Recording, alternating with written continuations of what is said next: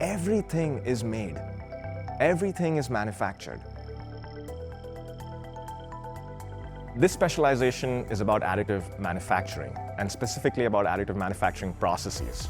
Unlike many other places where you might have seen content on additive manufacturing, or as we also call it, 3D printing, what this specialization is uniquely providing is an ability for you to be up close and personal with the software and the hardware that makes additive manufacturing happen.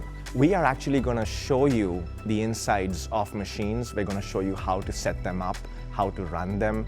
We're going to give you a bird's eye view at all of these different steps. And at the end of the specialization, we have a special course that talks about design for additive manufacturing. You need to be able to figure out how you can design to exploit what 3D printing can offer. We've taken our specialization and divided it into 5 courses.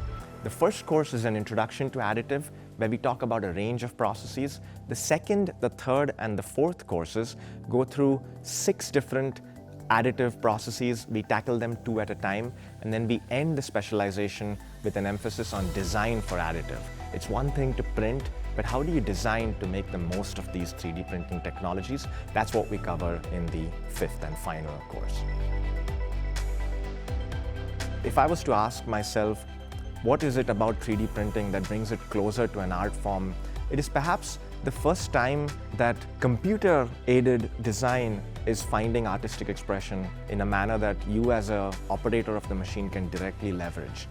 A lot of engineering is removed from art, and engineers do not have a lot of opportunity to explore or indulge in the artistic side of their brains as much. With 3D printing, and I hope this specialization shows you that and convinces you of that, you suddenly are able to connect the artistic domain with the engineering domain.